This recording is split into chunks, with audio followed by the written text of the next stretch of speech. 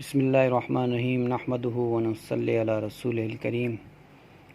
حضرت بلال رضی اللہ تعالی عنہ کا اسلام اور اس کے مصائب۔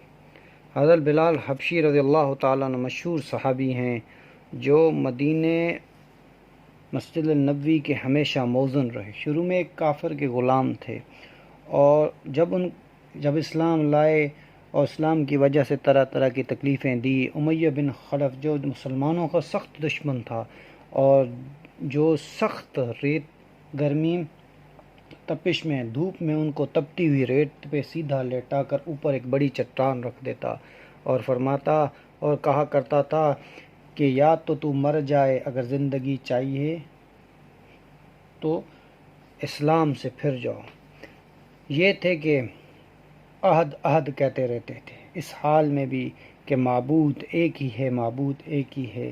راتوں کو زنجیر میں باندھ کر کوڑے لگائے جاتے اور اگلے دن ان زخموں کو اور زیادہ گرم ریت پر ڈال کر اور زیادہ زخمی کیا جاتا تھا۔ بے قرار ہو کہ اسلام سے پھر جاؤ، اگر زندگی چاہیے تو اسلام سے پھر جاؤ، یا بے قرار ہو کہ تڑپ تڑپ کر مر جاؤ۔ عذاب دینے والے اکتا جاتے، کبھی ابو جہل کا نمبر آتا، کبھی امیہ بن خلف کا نمبر، کبھی اوروں کا، اور ہر شخص یہ کوشش کرتا تھا کہ اپنے زور پورے کر دوں۔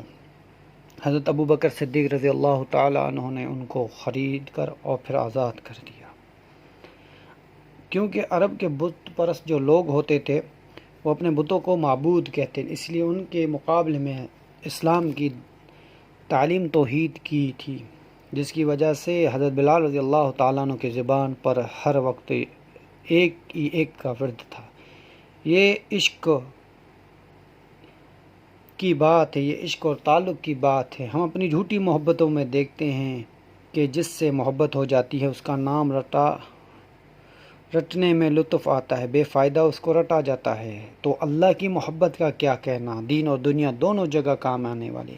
یہی وجہ تھی کہ حضرت بلال رضی اللہ تعالیٰ عنہ کو ہر قسم سے ستایا جاتا، سخت سے سخت تکلیفیں دی جاتی، مکے کے لڑکوں کے حوالے کیا جاتا کہ اس کو گلی کوچوں میں چکر دیں، پھر بھی یہ تھے کہ ایک کا رٹ لگائے ہوئے ہوتے تھے۔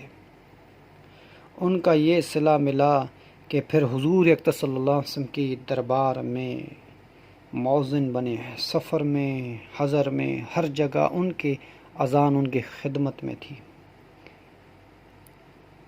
حضور اکرم صلی اللہ علیہ وسلم کے وصال کے بعد مدینہ منورہ میں رہنا اور آپ صلی اللہ علیہ وسلم کی جگہ کو خالی دیکھنا مشکل ہو گیا تھا، اس لیے ارادہ کیا کہ اپنی زندگی کے یہ باقی جو دن ہیں جاؤں گا جہاد میں گزاروں گا،